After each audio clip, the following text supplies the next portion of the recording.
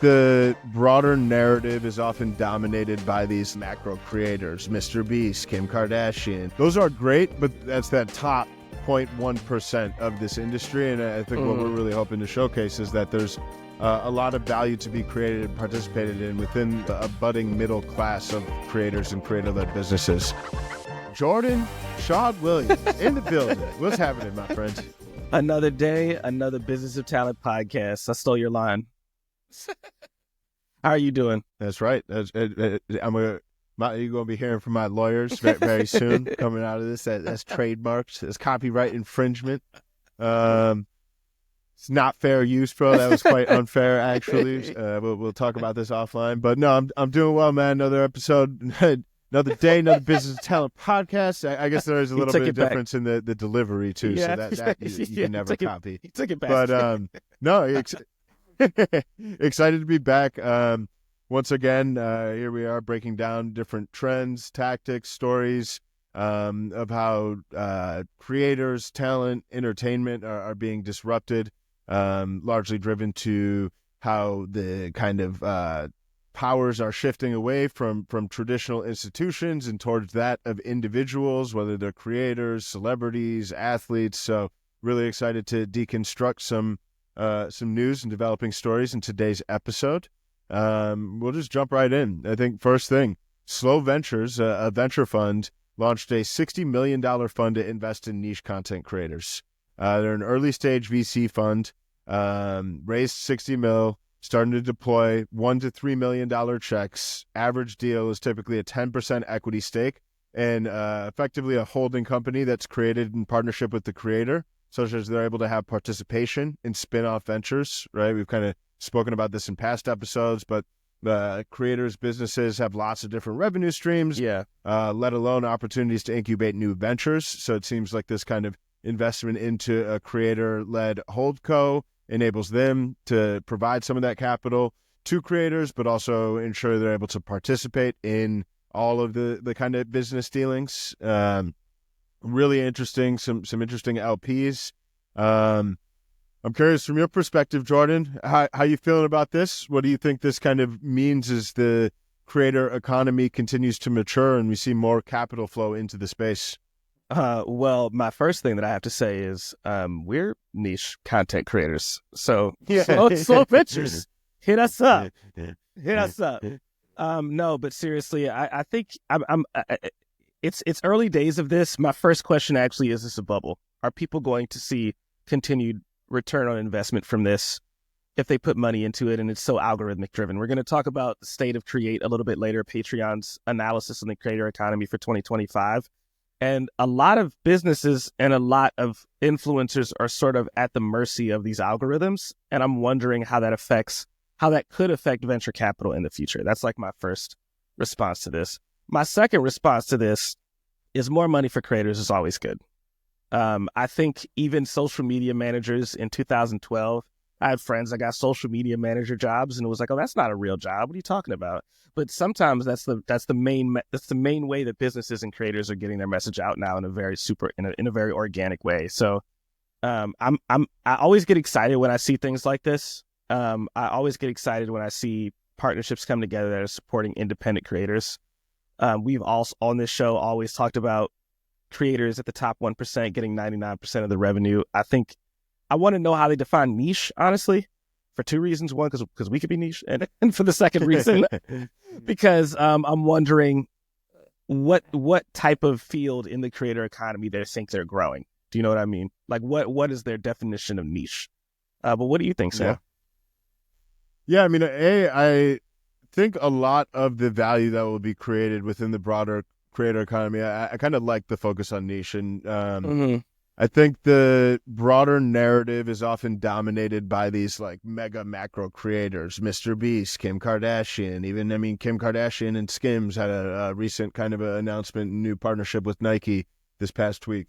Those are great, but those that's that top 0.1% of this industry. And I think what we're really hoping to showcase is that there's a lot of value to be created and participated in within kind of a budding middle class of creators and creator-led businesses. So I think, are you going to build is a creator going to build one of the biggest new fashion brands? Is a creator going to build one of the biggest new chocolate brands? Yeah, if you're at that elite level, maybe.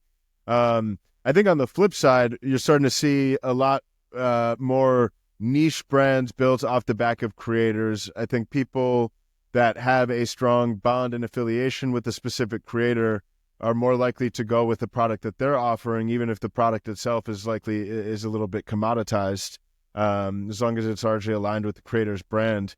I think we're also starting to see a lot of innovation, I think, when it comes to more like B2B creators, which I think gets interesting, because then when it comes to different like interesting software tools. Can you explain that just for people that don't know what that means?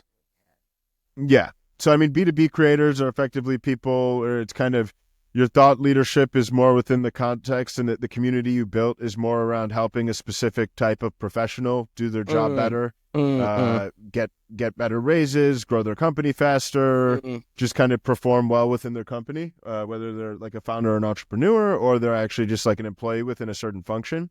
I think we have seen increase of people building their personal brands and audience on platforms like LinkedIn and even Twitter. And I think with that authority, if you have 1,000 people that follow you, but those 1,000 people are all HR managers, like there's actually a very interesting opportunity to create some sort of tool or paid membership program or software that can help all of those people. I think the 1,000 HR managers probably care more about what that one B2B influencer has to say than some sort of like random HR blog that has lost relevance. Yeah. So I feel now comes these interesting opportunities for niche product offerings. So I think to me, this is actually where the kind of biggest opportunity over the next like 5 to 10 years is in the creator economy. It's not necessarily the moonshots, but it's more around like becoming a challenger brand or innovating within niche markets. Funny, we almost became one of those creators by accident. We were naming the podcast The Business of Talent.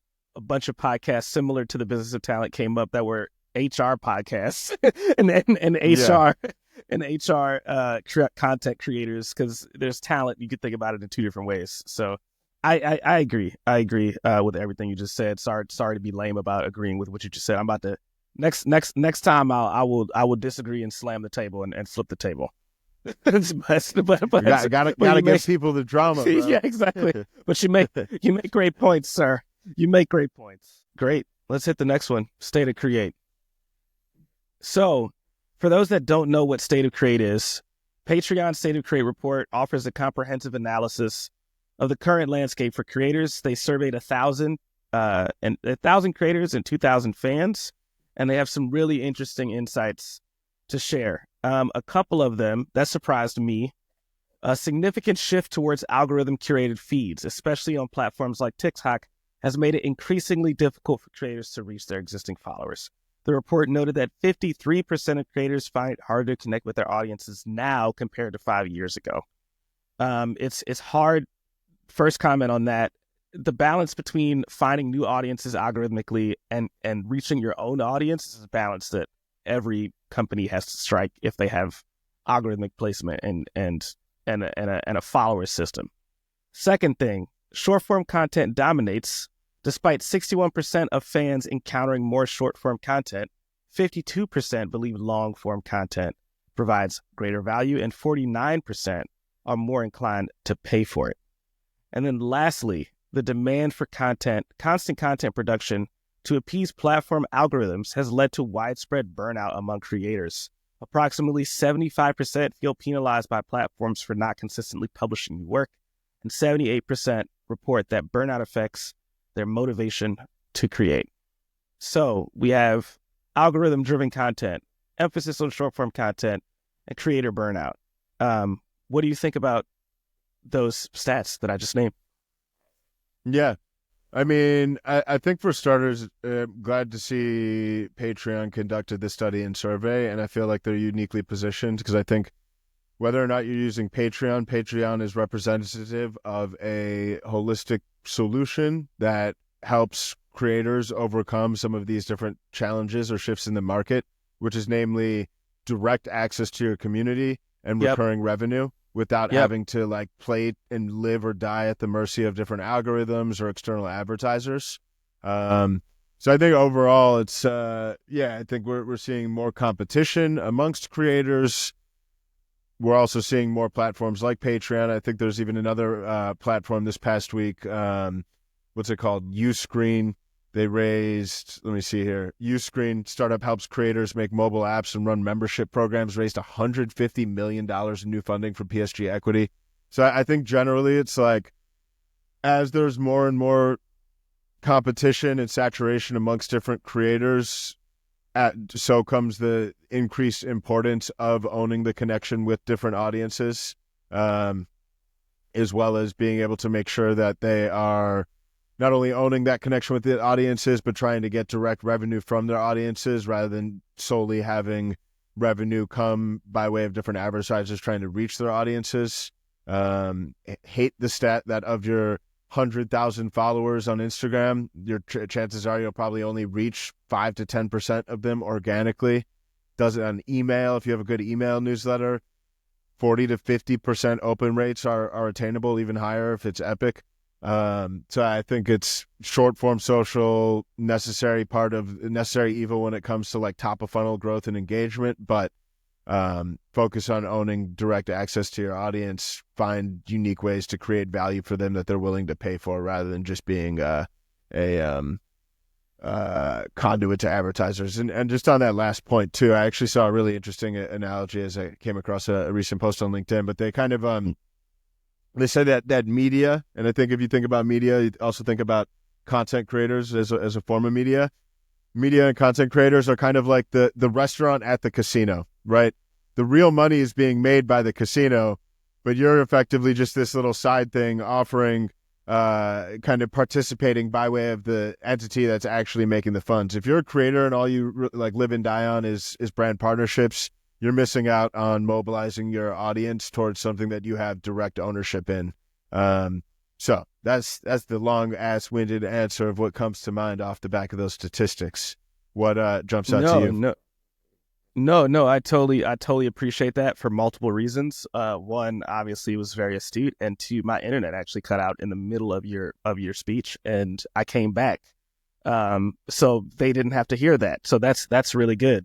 Obviously, the thing that concerns me the most here, I always try to make the creator economy, the creators I work with, feel human first, and it really saddens me that so many are feeling burnout, because content creation is supposed to be a fun thing.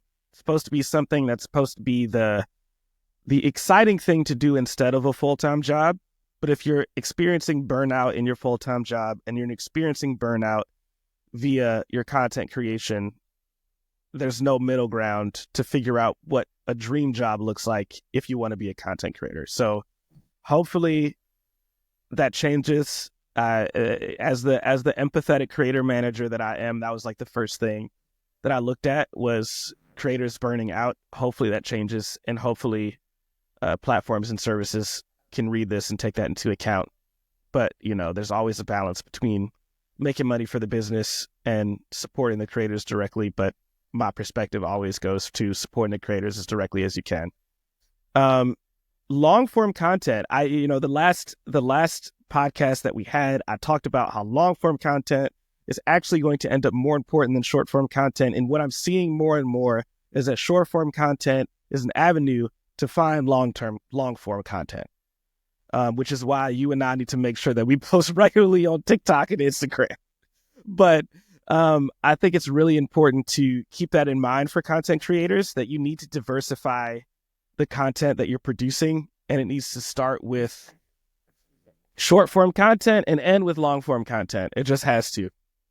And not only that, but this long form content gives people an opportunity to connect with each other. Same survey said 87% of core fans are likely to engage with other fans, and I think those core fans are created in the long form content realm. So those are my opinions there. Yeah, man. Great. Let's head to MrBeast. Shout out MrBeast. Jimmy Donaldson, popularly known as MrBeast, has made a significant impact with his game show Beast Games on Amazon Prime Video.